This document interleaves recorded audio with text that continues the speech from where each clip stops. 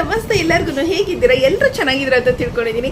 So ಏನಪ್ಪ ಅಂತ ಹೇಳಿದ್ರೆ, ಇವಾಗ ನೋಡ್ತಾ ಇದ್ರೆ ಇನ್ಸ್ಟಾಗ್ರಾಮಲ್ಲೆಲ್ಲ ರೀಲ್ಸ್ ಓಪನ್ ಮಾಡಿದರೆ ಆ ಡಯಟ್ ಈ ಡಯಟ್ ನಾವು ಡಯಟ್ ಮಾಡಬೇಕು, ಹಂಗಿರಬೇಕು ಹಿಂಗಿರಬೇಕು ಅಂತ ಹೇಳ್ತಾರೆ. ಫ್ರೆಂಡ್ಸ್, ಇಲ್ಲಿ ಯಾರೂ ಊಟ ಬಿಟ್ಟು ನಾವು ಊಟನ ಸ್ಕಿಪ್ ಮಾಡಿ ನಾವು ಅದನ್ನು ತಗೋಬೇಕು ಇದನ್ನು ತಗೋಬೇಕು ಅಂತ ಹೇಳಿಬಿಟ್ಟು ಡಯಟ್ ಮಾಡೋದು ಪ್ರಾಪರ್ ಡಯಟ್ ಪ್ಲ್ಯಾನ್ ಅಲ್ಲ. ಡಯಟ್ ಮಾಡೋಕ್ಕಂತಲೇ ಡಯಟಿಷಿಯನ್ ಅಂತ ಇರ್ತಾರೆ. ಸೊ ನೀವು ಪ್ರಾಪರಾಗಿ ನಾನು ನಿಜವಾಗ್ಲೂ ವೆಯ್ಟ್ ಲಾಸ್ ಮಾಡ್ಕೋಬೇಕು ಅಂತ ಇದ್ದರೆ, ಸೊ ನೀವೊಂದು ಕರೆಕ್ಟ್ ಒಂದು ಪ್ರಾಪರ್ ಆದ ಹೈ ಪ್ರೋಟೀನ್ ಇರ್ತಕ್ಕಂಥದ್ದು, ಫೈಬರ್ ಇರ್ತಕ್ಕಂಥದ್ದು, ಸೊ ಮನೆಯಲ್ಲೇ ಸಿಗ್ತಕ್ಕಂಥ ಊಟದಿಂದ ನಾವು ಡಯಟನ್ನು ತುಂಬ ಚೆನ್ನಾಗಿ ಮಾಡ್ಕೋಬೋದು. ಸೊ ಯಾರೋ ಏನೋ ಹೇಳಿದ್ದಾರೆ ಅನ್ನೋ ಒಂದು ಸಜೆಷನನ್ನು ತಗೊಂಡು ನಿಮ್ಮ ಒಂದು ಆರೋಗ್ಯವನ್ನು ಕೆಡಿಸ್ಕೊಳ್ಳೋ ಅಂಥ ಪ್ರಯತ್ನನ ಮಾಡಬೇಡಿ ಅಂತ ಹೇಳ್ತೀನಿ. ಸೊ ಏನಕ್ಕೆ ಅಂತ ಹೇಳಿದ್ರೆ, ನಾನು ಇವತ್ತಿನ ಒಂದು ವಿಡಿಯೋದಲ್ಲಿ ಸೊ ನನ್ನ ಡಯಟನ್ನು ಸ್ಟಾರ್ಟ್ ಮಾಡಿದ್ದೀನಿ. ನಾನು ಯಾವ ಥರ ಎಲ್ಲ ಡಯಟ್ನ ಮಾಡ್ತಾ ಇದ್ದೀನಿ, ನಾನು ಯಾರ ಇನ್ಸ್ಟ್ರಕ್ಷನ್ ಮೇರೆಗೆ ನಾನು ಡಯಟ್ನ ಮಾಡ್ತಾ ಇದ್ದೀನಿ ಅನ್ನೋದನ್ನ ನಿಮಗೆ ಕಂಪ್ಲೀಟ್ ಇನ್ಫಾರ್ಮೇಷನನ್ನು ಈ ಒಂದು ವಿಡಿಯೋದಲ್ಲಿ ತಿಳಿಸ್ಕೊಡ್ತೀನಿ ಸ್ನೇಹಿತರೆ. ಸೊ ಅದಕ್ಕಿಂತ ಮುಂಚೆ ನೀವೆಲ್ಲ ಏನು ಮಾಡ್ಬೇಕಂತ ಹೇಳಿದ್ರೆ, ಯಾರೆಲ್ಲ ಫಸ್ಟ್ ಟೈಮ್ ನನ್ನ ಚಾನಲ್ನ ನೋಡ್ತಾ ಇದ್ರು ಪ್ಲೀಸ್ ಸಬ್ಸ್ಕ್ರೈಬ್ ಮಾಡಿ. ಅದೇ ರೀತಿಯಾಗಿ ಈ ಯಾರು ಚಾನಲ್ನ ಸಬ್ಸ್ಕ್ರೈಬ್ ಮಾಡಿದಿರೋ ನನ್ನ ಒಂದು ವಿಡಿಯೋಗೆ ಒಂದು ಲೈಕ್ನ ಕೊಡಿ ಅಂತ ಹೇಳ್ತೀನಿ. ಸೊ ಇವಾಗ ಬಂದು ನಾನು ಡಯಟ್ ಪ್ಲ್ಯಾನ್ ಬಗ್ಗೆ ಹೇಳೋದಾದರೆ, ಸೊ ನಾನು ಈ ಡಯಟ್ ಅನ್ನೋದನ್ನ ಏನಂತ ಹೇಳಿದರೆ, US ಒಂದು ಕಂಪನಿ ಇದೆ, HFEN ಅಂತ ಒಂದು ಕಂಪನಿ ಇದೆ. ಸೊ ಆ ಕಂಪನಿಯಲ್ಲಿ ಬಂದುಬಿಟ್ಟು ಅದು ಒಂದು ಟ್ರಸ್ಟ್ ಇದೆ. HFEN ಅನ್ನೋದು ಒಂದು ಟ್ರಸ್ಟ್ ಇದೆ. ಆ ಒಂದು ಟ್ರಸ್ಟ್ನವರು ಬಂದು ಫ್ರೀಯಾಗಿ ಡಯಟ್ ಪ್ಲ್ಯಾನನ್ನು ಮಾಡ್ತಾರೆ.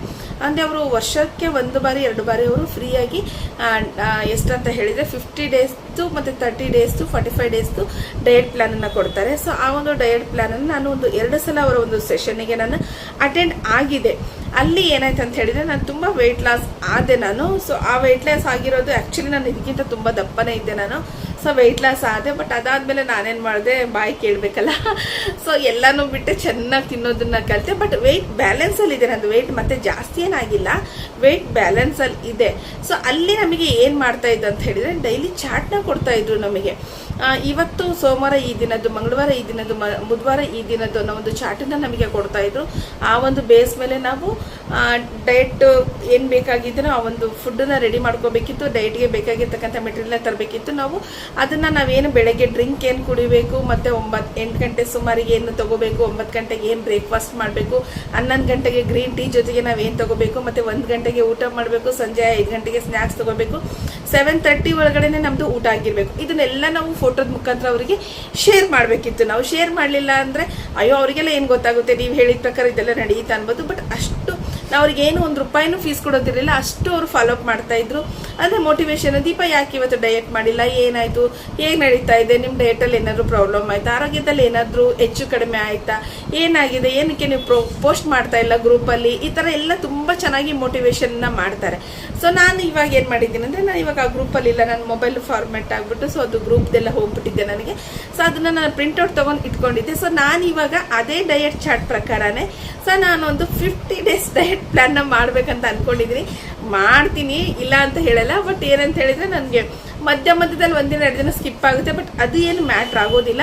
ಬಟ್ ನಾವು ಫುಡ್ ಕನ್ಸಿಸ್ಟೆನ್ಸಿ ನಾವೇನು ಮಾಡ್ತೀವಲ್ವ, ಅದನ್ನು ನಾವು ಕರೆಕ್ಟಾಗಿ ಪ್ರಾಪರ್ ವೇನಲ್ಲಿ ನಾವು ಮಾಡ್ತಾ ಹೋದ್ವಿ ಅಂತ ಹೇಳಿದರೆ, ನಮಗೆ ಯಾವ ಡಯಟಿಷಿಯನ್ನು ಬೇಕಿಲ್ಲ, ನಾವೆಲ್ಲಿ ಹೋಗೋದು ಬೇಕಿಲ್ಲ. ಸೊ ಆರಾಮ್ಸೆ ನಾವು ಡಯಟ್ ಮಾಡ್ಕೋಬೋದು.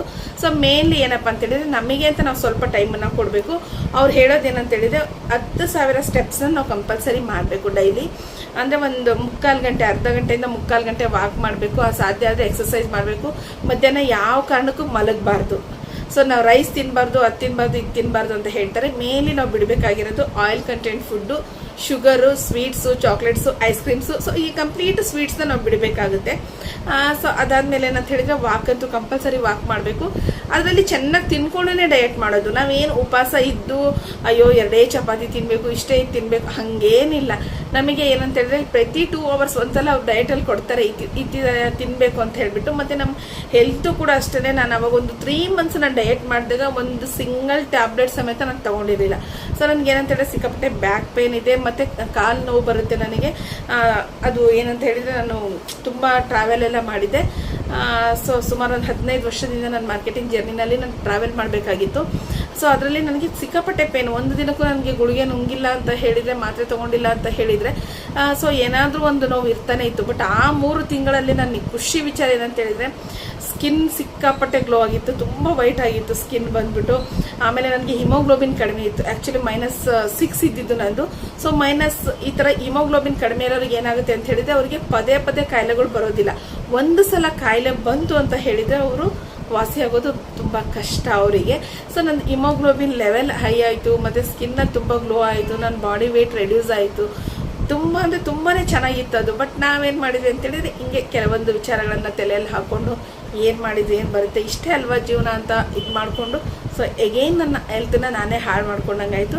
ಬಟ್ ಇವಾಗ ನಾನು ಸೀರಿಯಸ್ ಆಗಿ ನಾನು ಡಯೆಟನ್ನು ಮಾಡಬೇಕು ಅಂತ ಅಂದ್ಕೊಂಡು ಸೊ ಆ ಒಂದು ಚಾರ್ಟ್ ಮುಖಾಂತರ ನಾನು ಡಯೆಟ್ನ ಮಾಡ್ತಾ ಇದ್ದೀನಿ. ಸೊ ನಾನು ಏನೆಲ್ಲ ತಿಂತೀನಿ, ಏನೆಲ್ಲ ಕುಡಿತೀನಿ, ನಾನು ಯಾವ ಥರ ಡಯೆಟ್ನ ಮಾಡ್ತೀನಿ, ಯಾವ್ಯಾವ ಟೈಮಿಂಗ್ಸಿಗೆ ಏನೇನ ತಗೋಬೇಕು ಅನ್ನೋದನ್ನು ನಾನು ಇವತ್ತಿಂದ ಸಾಧ್ಯ ಆದಷ್ಟು ನಾನು ನಾಳೆಯಿಂದ ಎಲ್ಲ ವೀಡಿಯೋಸ್ನು ಕಂಪ್ಲೀಟಾಗಿ ಆಗ್ತಾ ಹೋಗ್ತೀನಿ. ಸೊ ನೋಡಿ, ನೀವು ನೋಡಿಬಿಟ್ಟು ಫಾಲೋ ಮಾಡಬೇಕಂತ ನಾನು ಹೇಳಲ್ಲ. ಸೊ ನನ್ನ ಒಂದು ವಿಧಾನ ನಾನು ಯಾವ ಥರ ಮಾಡ್ತಾ ಇದ್ದೀನಿ ಏನು ಅಂತ ಹೇಳ್ಬಿಟ್ಟು, ಸೀರಿಯಸ್ಲಿ ನಾನು 3 ಮಂತ್ಸಲ್ಲಿ ಅರೌಂಡ್ ಒಂದು 7 to 8 kg ನಾನು ಕಡಿಮೆ ಆಗಿದ್ದೆ. ಏನಕ್ಕಂತ ಹೇಳಿದ್ರೆ ತುಂಬ ಜನ ಹೇಳ್ತಾರೆ ಸಡನ್ನಾಗಿ ತೂಕ ಕಡಿಮೆ ಆಗೋದಾಗಲಿ ಸಡನ್ನಾಗಿ ಜಾಸ್ತಿ ಆಗೋದಾಗಲಿ ಮನುಷ್ಯನಿಗೆ ಅದು ಒಳ್ಳೆಯದಲ್ಲ. ಎಲ್ಲದಕ್ಕೂ ಒಂದೊಂದು ಇರುತ್ತೆ, ಇಂತಿಂಥದ್ದು ಹಿಂಗೆ ಆಗಬೇಕಂತ ಹೇಳಿದ್ರೆ ಅದು ಪ್ರಾಪರ್ ವೇನಲ್ಲೇ ಹೋಗಬೇಕು. ಅದು ಒಂದೇ ತಿಂಗಳಲ್ಲಿ ನಾನು 5 kg ಕಳ್ಕೊಂಡೆ, ಒಂದೇ ತಿಂಗಳಲ್ಲಿ 10 kg ನಾನು ಗೇನ್ ಆದೆ ಅಂತ ಹೇಳಿದರೆ ಅದು ನಮ್ಮ ಹೆಲ್ತಿಗೆ ತುಂಬಾ ಸೈಡ್ ಎಫೆಕ್ಟ್ಸ್ ಕೊಡ್ತಾ ಹೋಗುತ್ತೆ.